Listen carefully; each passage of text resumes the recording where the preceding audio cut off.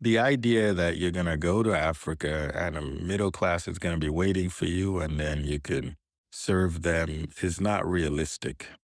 We have to ask, where does the middle class come from? Right? Like, I mean, they just don't appear. They come through the process of market creation. So when you create a market that makes something simple and affordable, many more people can access it. That market pulls in so many things into the economy. It pulls in education. It pulls in healthcare. It pulls in jobs. And when it pulls those things in, it does it so that the market can survive, so that the market can thrive.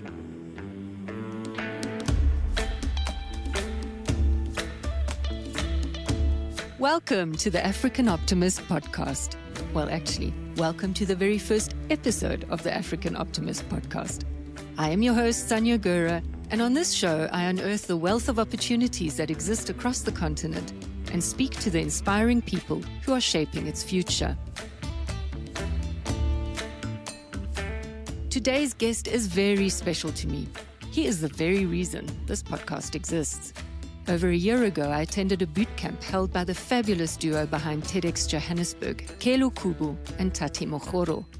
It was hosted by Nigerian Efosa Ojomo, who leads a US think tank at the Clayton Christensen Institute for Disruptive Innovation. Now, what I learned in those 5 days blew me away so much that I was compelled to start this podcast and ask Efosa to be my first guest. Luckily, he said yes. In our conversation, we talk about the specific paradigm shift that is needed in cash-strapped economies, the power of disruptive innovations, and how to solve problems where no solutions were possible before by creating completely new markets. Lastly, a quick side note. With several recordings under my belt, I cannot believe how technologically challenged I was when I did this first interview. The sound, therefore, is of a lesser quality in the first 20 minutes and then dramatically improves after that. But don't let that deter you. Firstly, because Efosa is clear enough throughout the whole interview. And secondly, because he has one of the most beautiful voices that you could hope to listen to about the potential that exists across our continent. Enjoy. Efosa, the reason you are here is, it wasn't said lightly. The day that I started that boot camp really transformed my life. And I think you hear that from everyone who has either read your book, who listens to you talk on a podcast, who follows your own podcast series, because there are concepts in that book that are just so simple to understand, yet have such far-reaching consequences. So if you don't mind, we are going to start at the beginning. And the beginning are the wells in Nigeria. Yeah, absolutely. As you've implied, I'm originally from Nigeria. And, like many Nigerians who were fortunate, I had the opportunity to study in the United States. So at 16, I packed my bags, came to college here, got a one-way ticket, and life was good. After college, I got a job working as an engineer. And yeah, that was my story. But then on a fateful day in February 2008, I began reading a book about economic development and poverty. And I read about a 10-year-old girl who had to wake up every morning at 3 a.m., fetch firewood, and sell.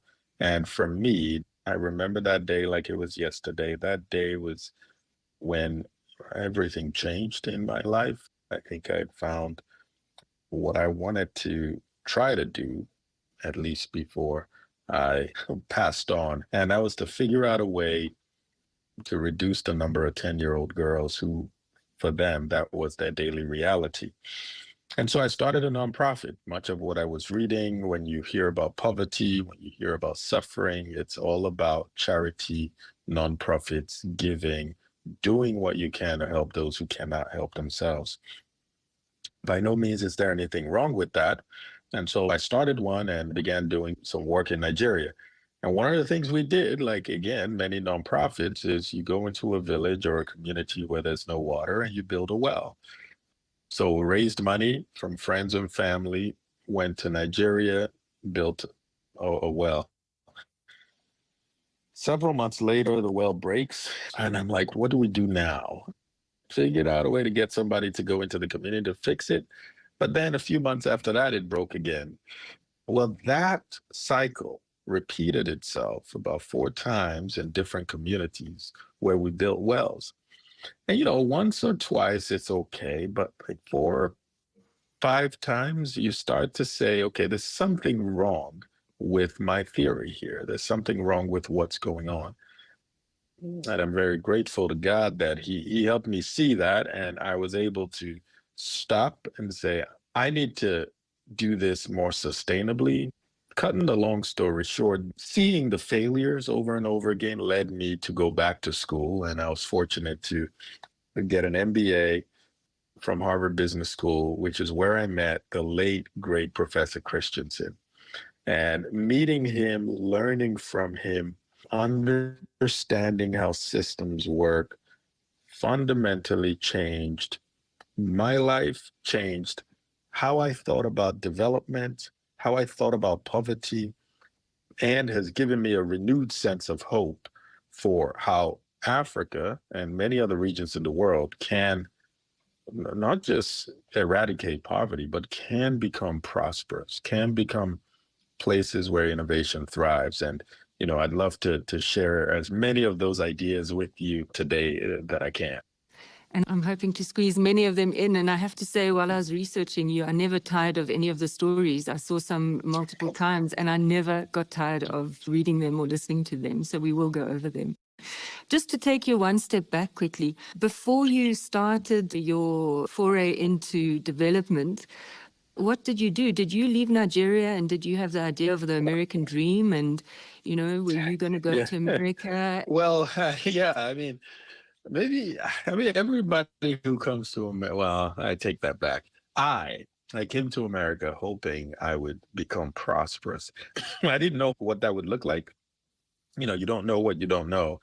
But I certainly did not come to America to suffer. I came here for some version of the American dream, whether that was big house, big car, and maybe a couple of buy anything you want. And I will say I was sort of well on my way. After graduating college, a few years into working, I bought a house, bought a car, bought an SUV even, single guy, big SUV, what am I doing with an SUV? So the America is sort of the air you breathe is smells of consumerism and materialism, right? Everyone has a ton of stuff. We spend billions of dollars in storage, just storing the stuff that we hardly ever use. And so I think that's sort of where I was. I was not thinking about Africa at all. I would only think about it when I would think about my family or friends. It was not on my mind. I was in America. I was living my life until this transformation happened, which really just changed everything for me. Yeah, I think I read a quote where you said when you were reading about development and poverty, that it gripped you like nothing had ever gripped you before. Why is it? Why do you think that gripped you? You must have read a lot of stuff about it. Yeah, I think there is a sense of how fragile life is to me and how lucky we are to be living right now, to be living where we are, to be born into the families we're born into, to have the parents and siblings and opportunities. Those things which define a lot of how we experience life, we have and had nothing to do with. Nothing to do with. You just get a sense that there is no other way to define or explain my life and the opportunities that have been afforded me than luck, like winning the lottery, and just the grace of God. And so when that overwhelming sense of opportunity and favor is upon you, I think my only reaction was, how do I do something about this? I don't know that it was a conscious decision. It was just a reaction, much like boiling water. The water has no choice. When you put it on fire, it gets to a certain temperature, it boils, right? Like there are physical phenomena, there are just phenomena that there's no choice in the matter, right? You throw something up and the laws of gravity act on it. And I think something happened to me as I read about this 10-year-old girl whom I could have been, but I just wasn't for some reason. And so, yeah, just that I think for me was there was no other way to explain it, right? And I think it manifests differently for different people. This is how it manifested for me. I'm grateful that it did, but as people go through their experiences in life, my own recommendation is lean into what's happening and you're sort of writing and charting your own story, right? I think people will have different experiences. Well, I think it's interesting because often when the wells break down, that's exactly when people go, typical Africa. You see, nothing works, never going to work. It's a useless exercise, money down the drain. Well, at least I tried, and you can have a good conscience that you did, and then you walk away, which is what happens a lot here on this continent. So explain to me how you go to a book as being the answer to that problem. And Yeah. just a little bit about how did you go about thinking, how should we write this book and what should we put into this book? Yeah. I mean, so the book idea, that's Clay Christensen. He was a professor at Harvard Business School, was a great management thinker and scholar, the architect of disruptive innovation. He was globally renowned, incredible man, brilliant and kind. And so when I took his course, it changed the way I thought about Africa. His course at Harvard Business School was the most popular second-year course. And if you allow it, it changes the way you think and see the world. He presents you a set of theories that help you sort of explain how the world works. A lot of it is in the innovation management sphere, but the quality of a good theory, he once told me, is the applicability in other facets of life. And so you could actually put the theories on as a set of lenses and you start to see the world differently.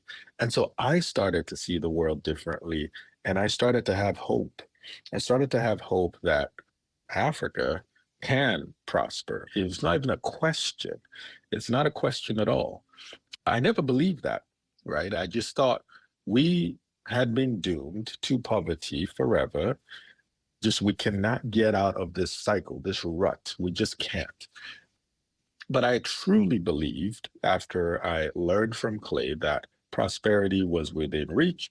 It's going to be very difficult to grasp, but it was within reach. It wasn't impossible. So that's the first thing. The second is, okay, now why a book and what did we put in there?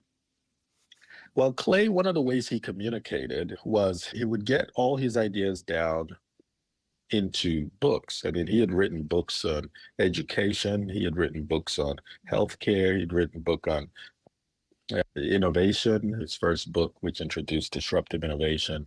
So he'd written about 11 or so books. And one of the things he did was, let's take these theories, apply them to a complex problem.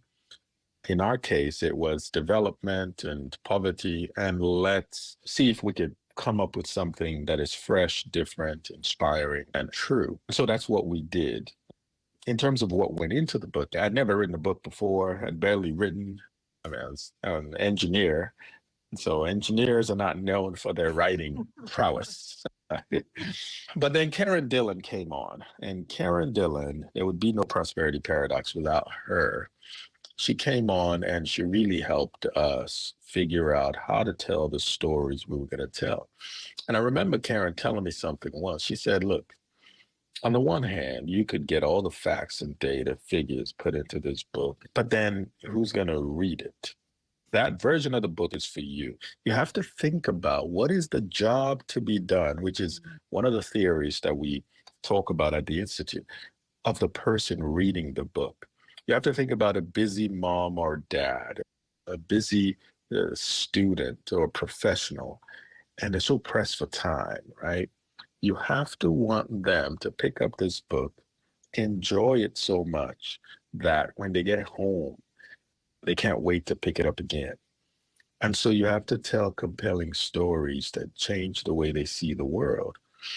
When Karen did that, and we began thinking about what went into the book, a few ideas emerged. The first was, what is our core thesis? And that's about market creating innovations, which we'll talk about. The second is, well, it's fun to talk about innovation, but America is so different than Africa or like South Asia or even Latin America.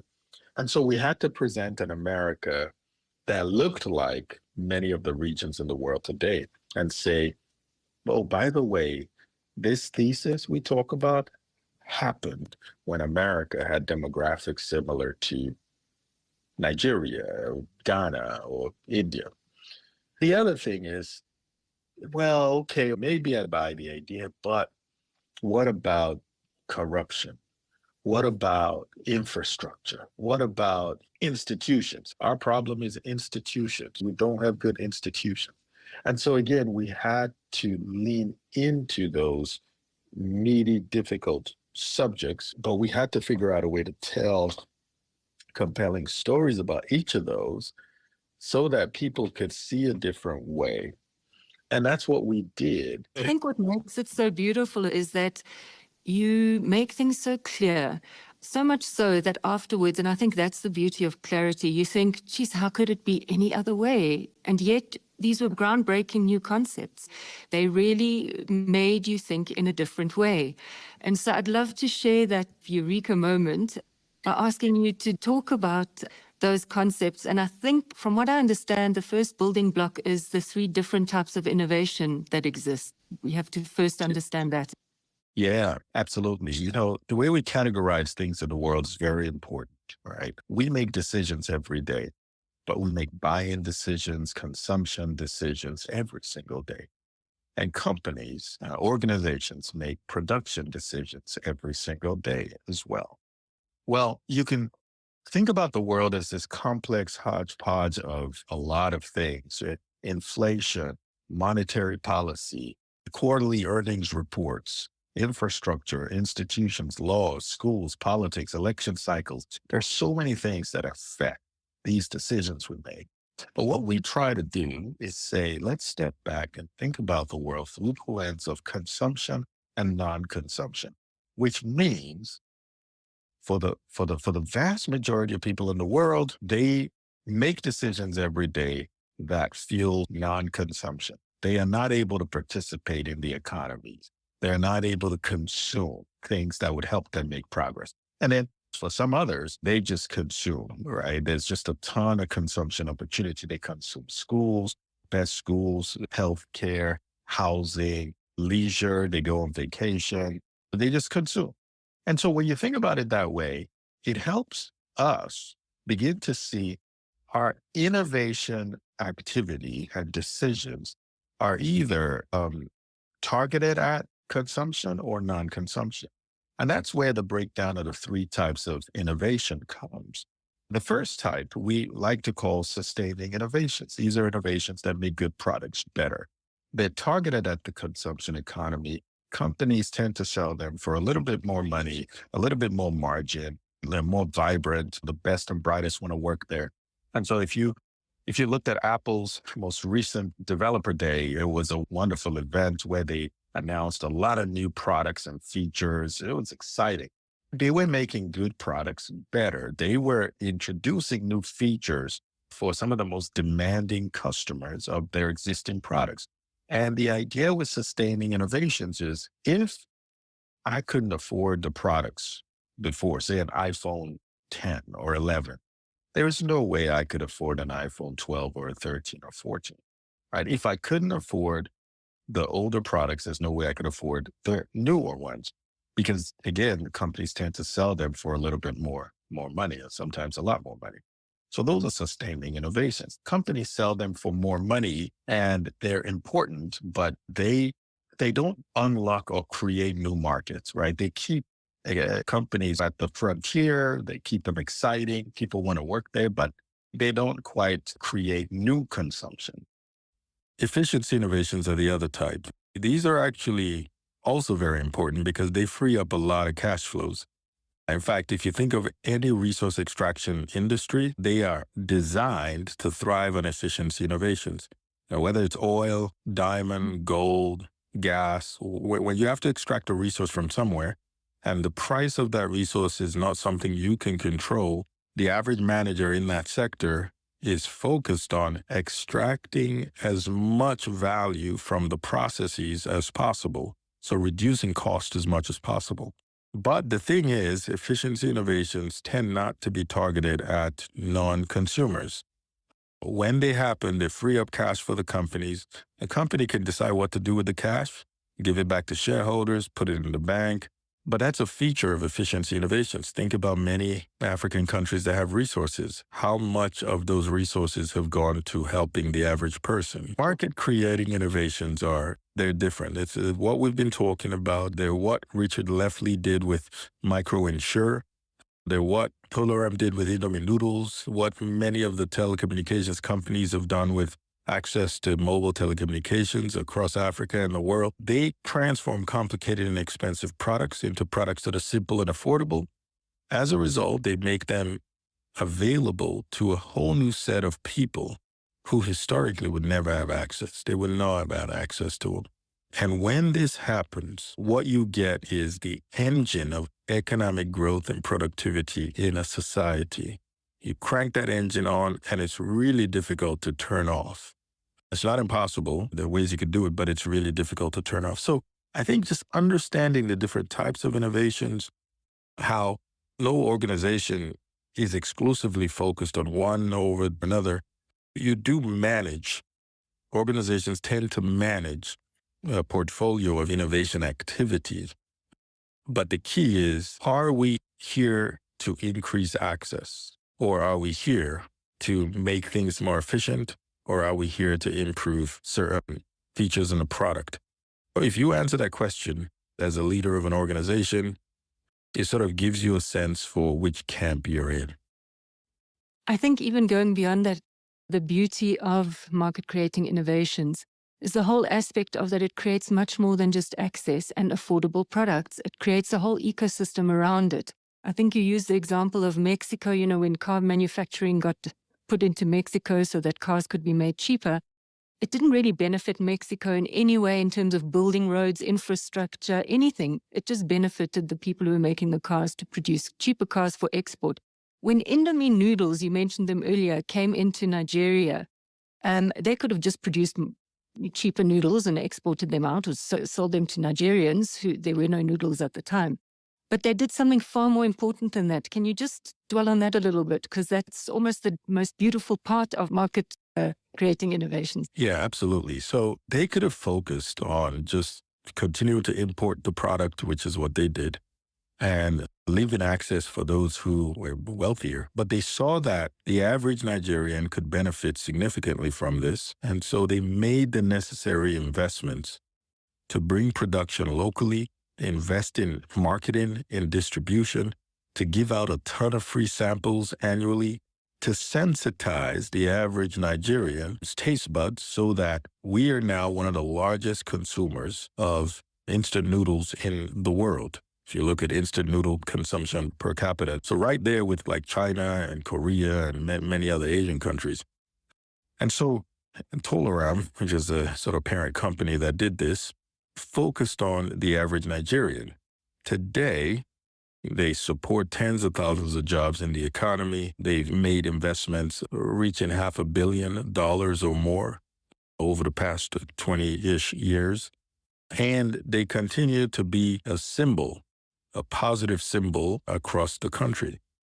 And I think there's a tendency to think I'm going to go into a market on Monday and Tuesday, I'm going to create a market that's going to serve everybody. That's not quite how many of these stories go.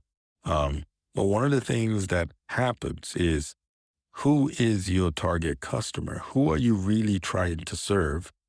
When you understand who you're really trying to serve and the necessary investments you need to make to serve them, I think over time, you could spread out your activities such that you ultimately get to that customer. And I think that's what Tolaram did. It took them more than 15 years to make a profit. So they had to keep investing and keep serving. But today, it's a very different story. How they did those investments was by taking internal risk. And at first I didn't understand that, but I think if you can just expand on what that means, that internal risk, that you don't rely on outsiders to solve your problems in a country, be it power or water or infrastructure. How did Tolaram deal with that? Yeah, so what they realized is many of the services that they would need to provide a pack of noodles to the average Nigerian didn't exist across Nigeria. Electricity, access to properly trained workforce, infrastructure, partners, whether it's logistics partners, distribution partners, warehousing, retail shops, just so many things that you've come to expect in maybe a wealthier economy they didn't have. Tolaram didn't say there's no opportunity here.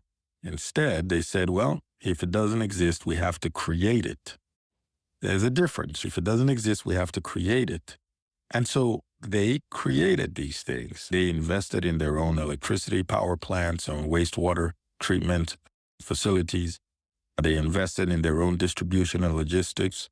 They invested in packaging companies. They invested in manufacturing, invested in retail, warehouses. They invested in the infrastructure that made it possible for them to get a pack of noodles to the average person.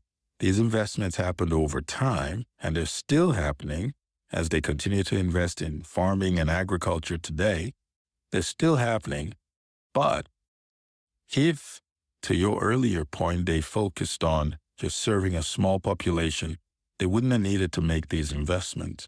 It's precisely because they wanted the average person to have access that they knew they had to make these investments.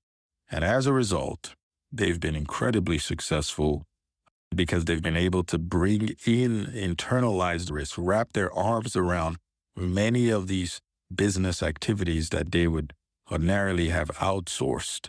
But they've been able to bring it in-house, manage that, reduce cost, and make sure that, a pack of noodles is still roughly 20 cents over, a couple of decades, which is pretty impressive. Mm. One of the biggest things that we hear is a complaint from multinationals, from companies, from entrepreneurs. Everybody kind of starts with this sentence, which you encapsulated in your TED talk that I'm going to put in the show notes. And that is, why would anyone want to invest where the politicians are corrupt and the people are poor? And that's why a lot of people just say, well, there's no point. What can we do? There's nothing we can do. Tell me, how must people think about reversing this concept of you may as well not go to Africa? People are poor, there's no middle class, no infrastructure, no skills, forget about it. Yeah, first, I think it's important to understand it's a difficult challenge, right?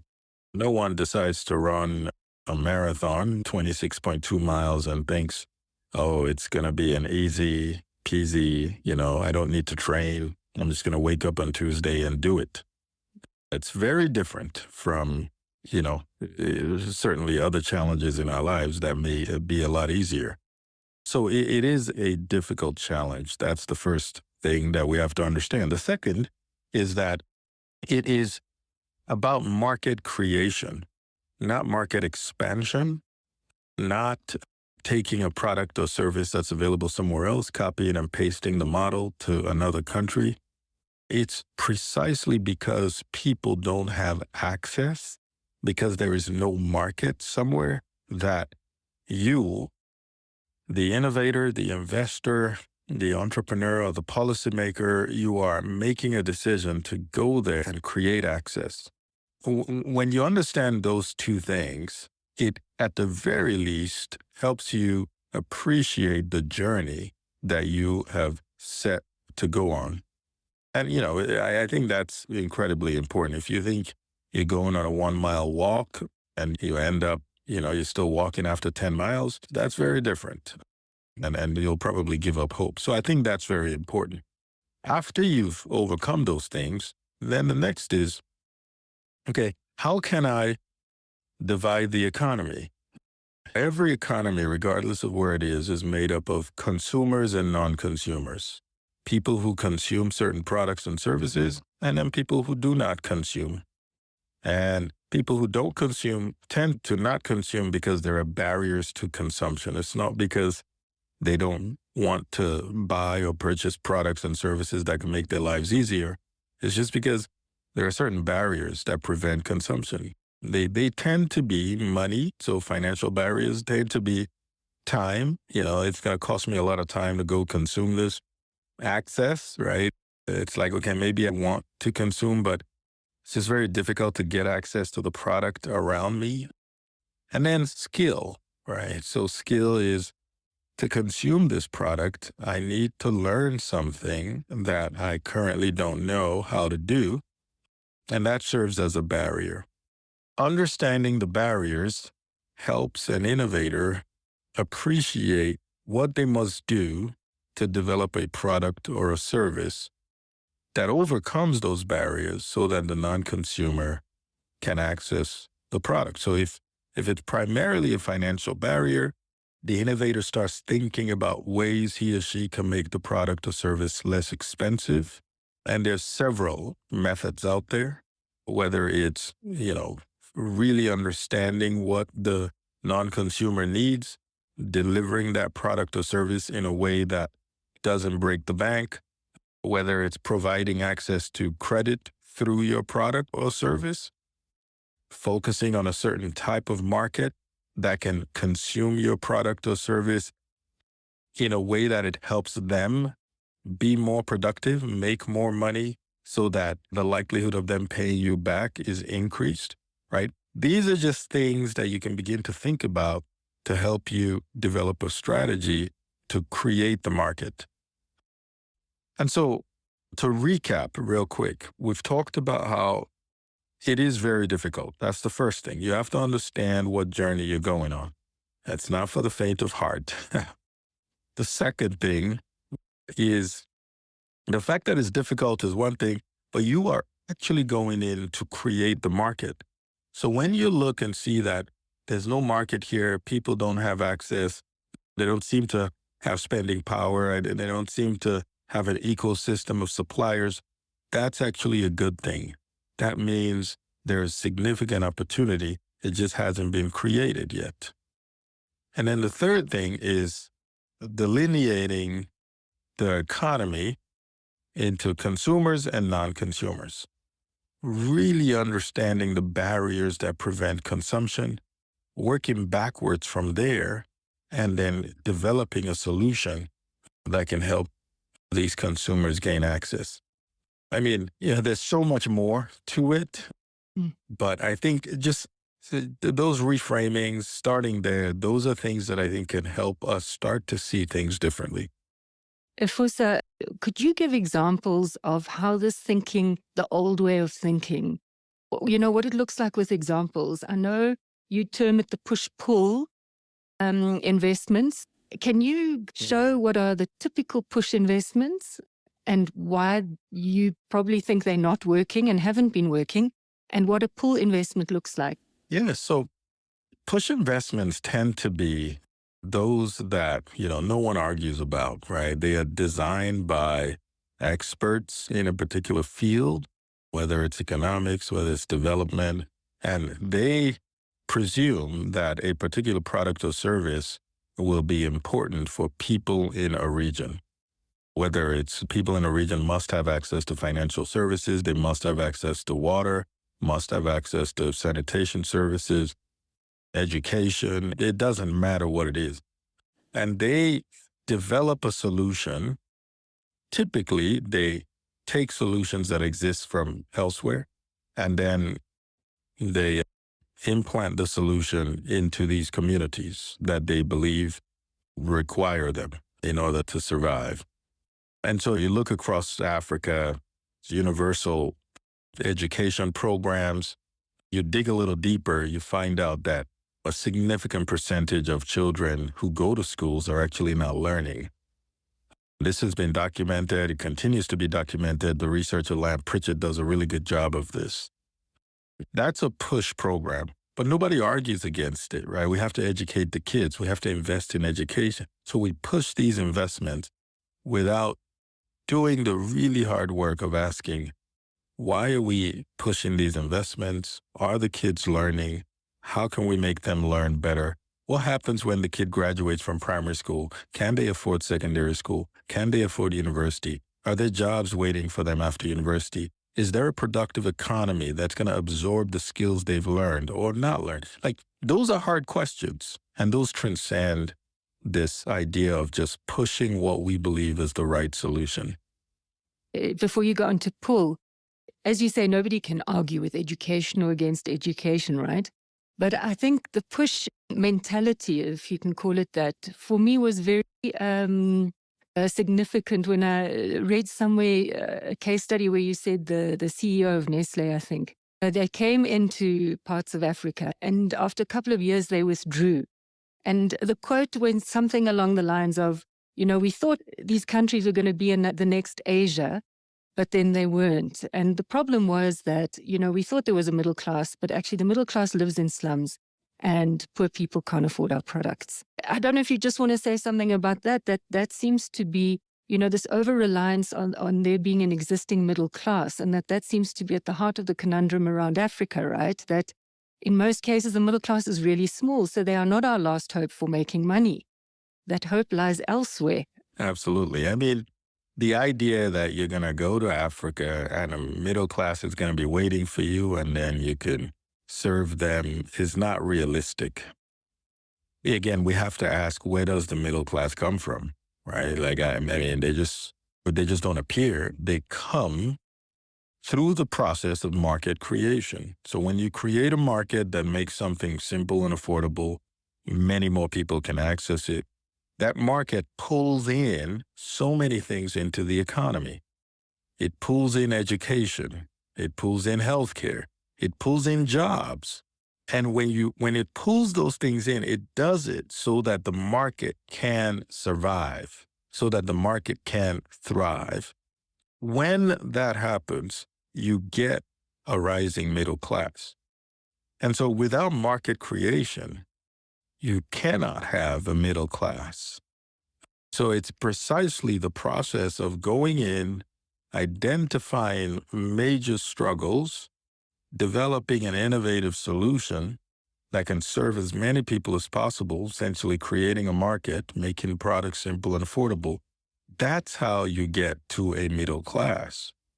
And so the story of Africa's growth, if you have been paying attention, has been one of potential. There's just a lot of potential. Africa's potential, and Africa's rising, and this is now Africa's time. And yeah, Africa's time is all the time or none of the time. In other words, it could be Africa's time today. But being Africa's time, it feels like everyone's sort of waiting for Africa to emerge, but no one wants to do the hard work of taking the risk to invest in innovations that can serve people who historically you're like, there's no way he or she could afford that product. That's what it takes. When a company decides to invest and commit to a country to do the hard work, what does that look like?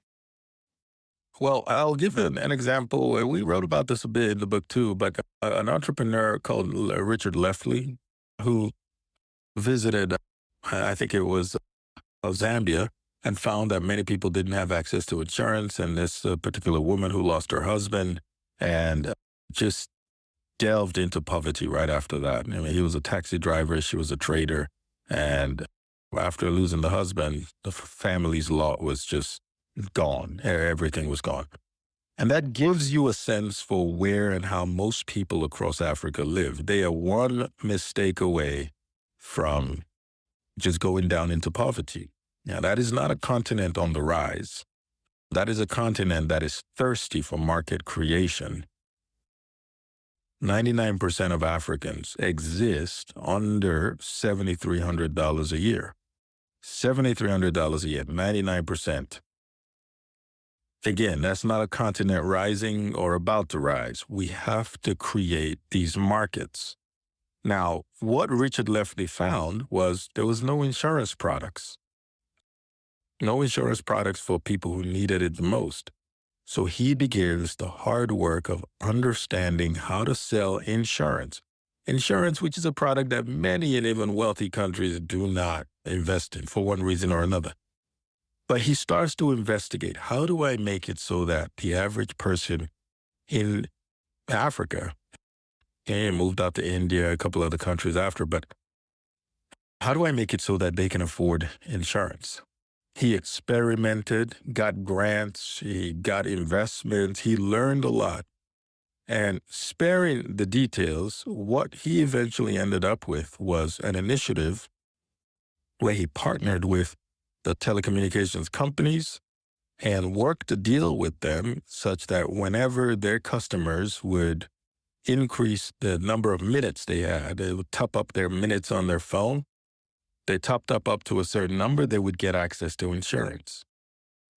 That was an innovative model that I had never heard of anywhere else in the world. I mean, if I want to buy insurance, I just go to the insurance broker or in the insurance companies and I purchase insurance. But this was a model that was very different, context specific, spoke to the situation that the average non-consumer of insurance across Africa was faced with, and essentially birthed the microinsurance industry.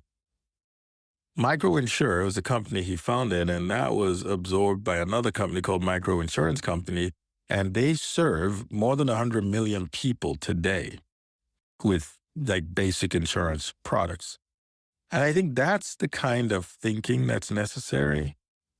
It's not easy, like I said earlier, but when you are able to crawl into the lives of people, of non-consumers, understand their struggles, work backwards from there, figure out a way to develop something through trial and error, over time, you will ultimately get to success.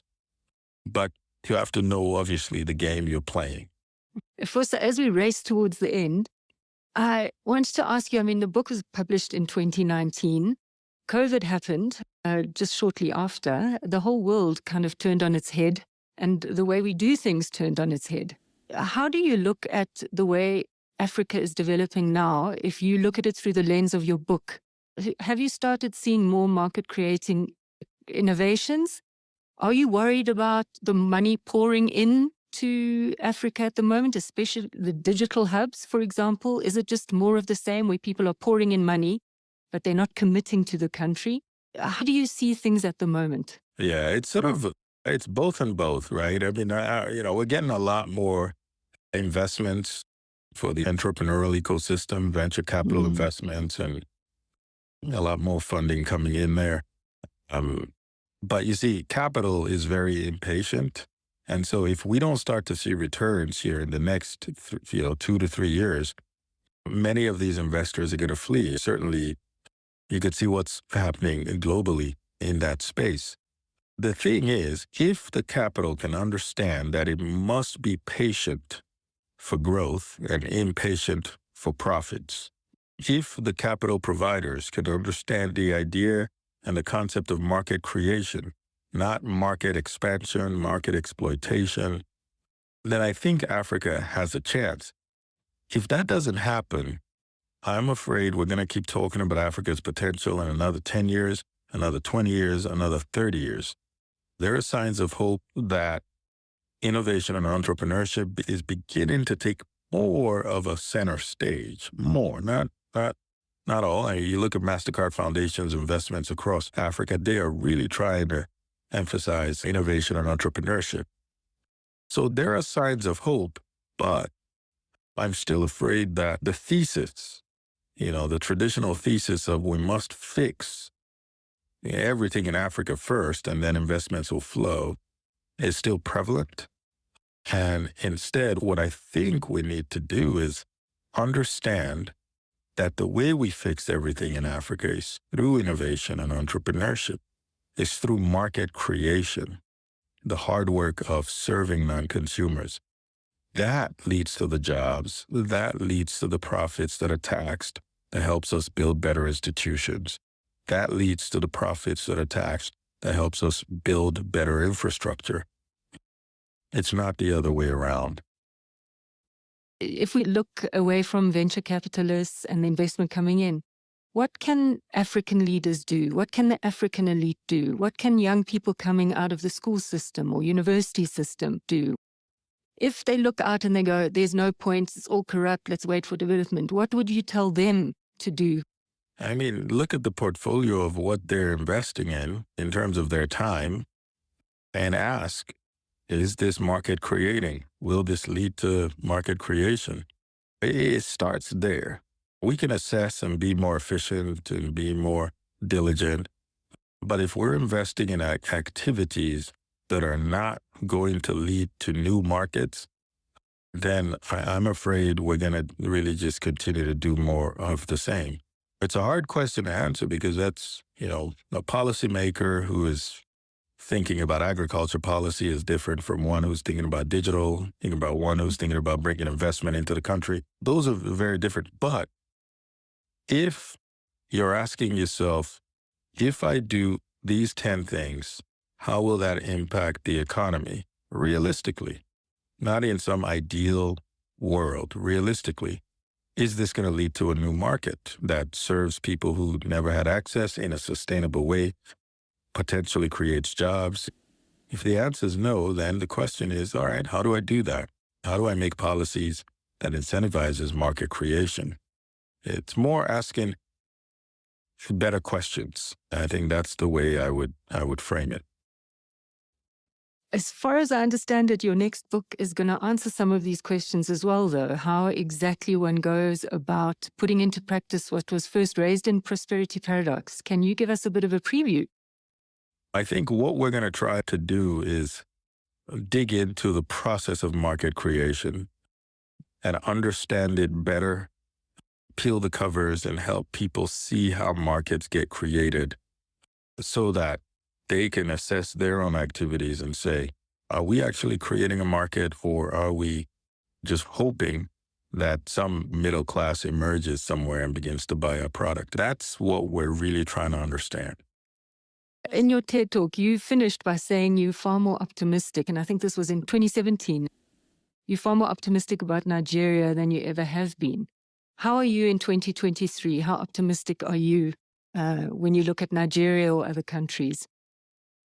There's a saying we have, when there's life, there's hope, and pessimism never pays. And so in some ways, I have to be optimistic. But the reality is my optimism connected to a set of activities that are easy or difficult? In other words, what is it going to take to realize this optimism that I have? And I'm afraid it will be a little bit difficult. So every day, the set of activities that innovators, investors, policymakers have to make either becomes easier or more difficult. It never sort of stays static. And so the optimism doesn't wane, but the amount of work necessary to get Nigeria to a place of prosperity either increases or decreases. In the past, I would say decade, they've certainly become more difficult. We've got a lot more Nigerians, a lot, more Africans trying to leaving the continent for brighter opportunities, very understandable. And so those things affect the work necessary, but they don't really change the level of optimism one has. So I remain optimistic.